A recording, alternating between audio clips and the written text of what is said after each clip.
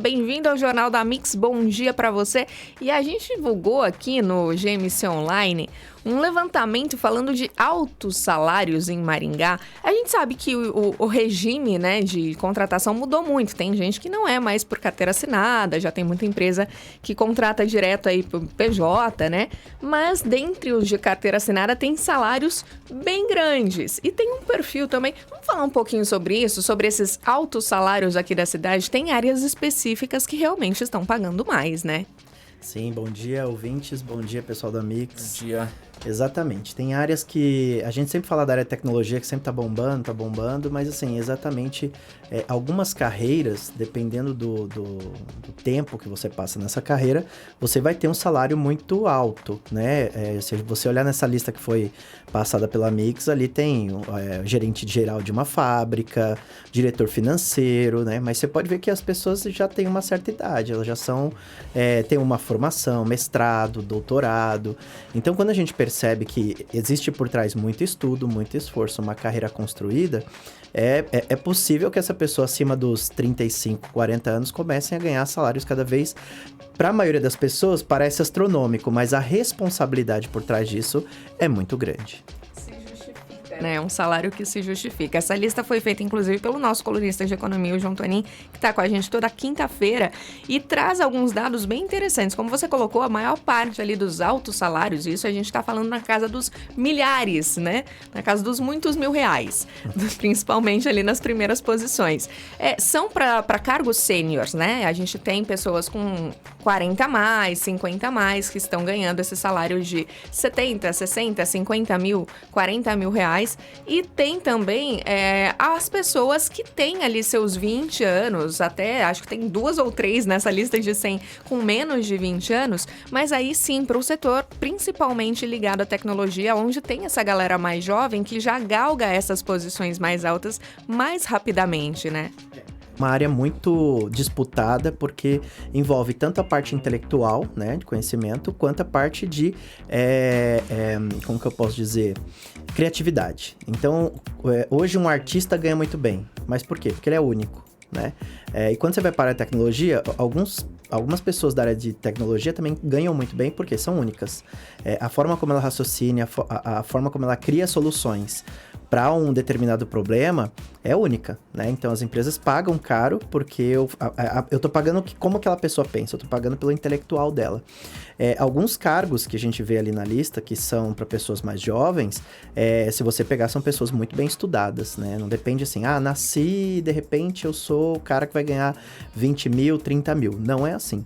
Essas pessoas falam inglês fluente, inglês técnico muito bem construído, conhecem muitas linguagens de programação, têm uma ampla visão sistêmica de problemas para resolver problemas na forma de automação de software. Então, isso é construído durante anos. Se você conversar com a maioria das pessoas que ganham nessa faixa de salário, eles começaram a programar 8, 12 anos. E a gente tem aquela visão assim, não, a criança não pode trabalhar. Eu acho que tudo depende. Às vezes a criança ela não tá trabalhando, para ela tá se divertindo. Só que isso vai virar um trabalho no futuro. O jogador de futebol é muito assim, ele começa brincando e daqui a pouco isso vira uma profissão. Os pais têm muito medo disso, de criar responsabilidade, mas às vezes a criança tá se divertindo e por acaso ela vai ser remunerada e por acaso ela vai virar um profissional dessa área. Então quem começa antes, quando chegar na idade de 20 anos, ele às vezes já tem 10 anos de carreira, né? Então ele com certeza vai ter um salário diferenciado. Legal isso que você colocou, que a gente vê se multiplicando aqui, não só na cidade, né, mas no Brasil inteiro, as escolas de programação.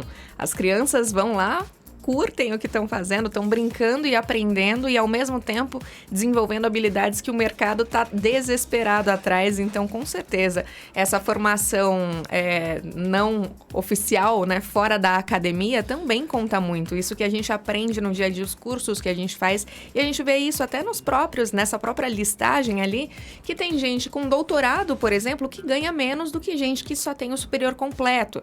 Então, essa formação fora da academia, para o mercado, mercado, às vezes, contar até mais, dependendo da função que você vai exercer, né? Uma coisa que fica...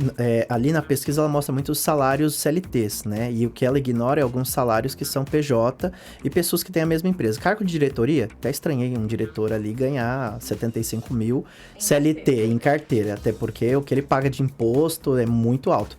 Ele deve ser uma pessoa que está há 30 anos na mesma empresa e não quis fazer um acordo para mudar a forma de remuneração, porque não faz sentido.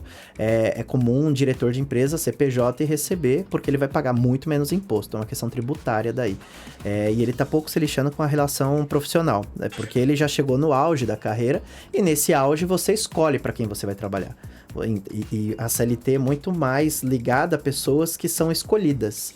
Então, como que eu construo uma carreira para me tornar escolhido e não escolher, né? Ao contrário, perdão. É como eu me torno uma pessoa que vou ser escolhida pelo mercado. É o profissional, né? É você estudar, se dedicar. E não adianta assim, eu vou fazer um curso e vou ficar esse ano inteiro estudando. Não, é uma construção de muitos anos. É aos poucos, né? Você vai se dedicando àquela carreira e vai construindo um tijolinho de cada vez até que você consiga ser uma pessoa reconhecida, uma pessoa que tem uma reputação e as pessoas vão te pagar para resolver certos problemas. Nesse meio caminho, antes da diretoria ou dentro da diretoria, tem os consultores. Muitas pessoas chegam no auge da profissão, principalmente na nossa região, virei gerente, já atuei em algumas empresas. Para onde eu vou? Viro consultor. E o consultor ganha também numa faixa relativamente alta, entre 20 mil a 50 mil. Isso é comum alguns consultores ganharem, porque eles pegam projetos e resolvem problemas. Mas tem empresas que às vezes ficam 4, 5 anos com aquele consultor, porque ele é consultor, ele vem em um momento específico na empresa, ele atua em várias empresas, mas naquele momento que ele está na empresa, ele praticamente tem status de diretor. Ele toma decisões estratégicas, mas a empresa não tem uma demanda para ele estar ali o tempo todo, né? Até porque às vezes tem outros diretores. Então, esse tipo de profissional, aquele resolve o problema, né, cirurgicamente, é igual praticamente um médico. Quantos médicos que são aí, estão no master, né, acima do sênior, e eles não trabalham para um hospital, eles são contratados de um hospital para especificamente fazer uma cirurgia específica. E são muito caros, né? Então, as pessoas têm que lembrar que o salário, nossa, é muito alto. Olha para a pessoa e fala assim, não vale. As pessoas são pagas pela sua raridade, né? E hoje, para você achar um diretor financeiro, às vezes, por exemplo, a gente tem algumas empresas na cidade que estão em recuperação judicial. Você ter um profissional de diretoria financeira, que conhece os trâmites legais e as saídas para uma empresa que está em recuperação judicial, ele vale muito, né? Porque ele pode fazer a diferença entre a empresa ir para falência ou ela realmente se recuperar e sair por cima.